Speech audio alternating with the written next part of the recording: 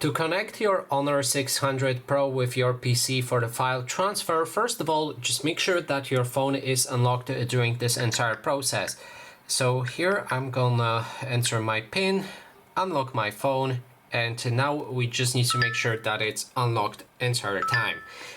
Grab a cable that is connected to your PC via USB or USB-C, and then the other part should be USB-C that allows you to connect it with your phone.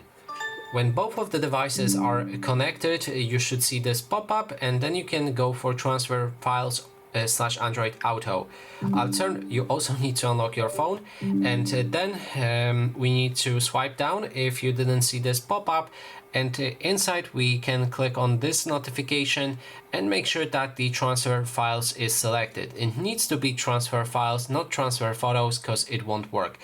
And now when we have that, we can move to my PC, and then we'll be able to see the files right here.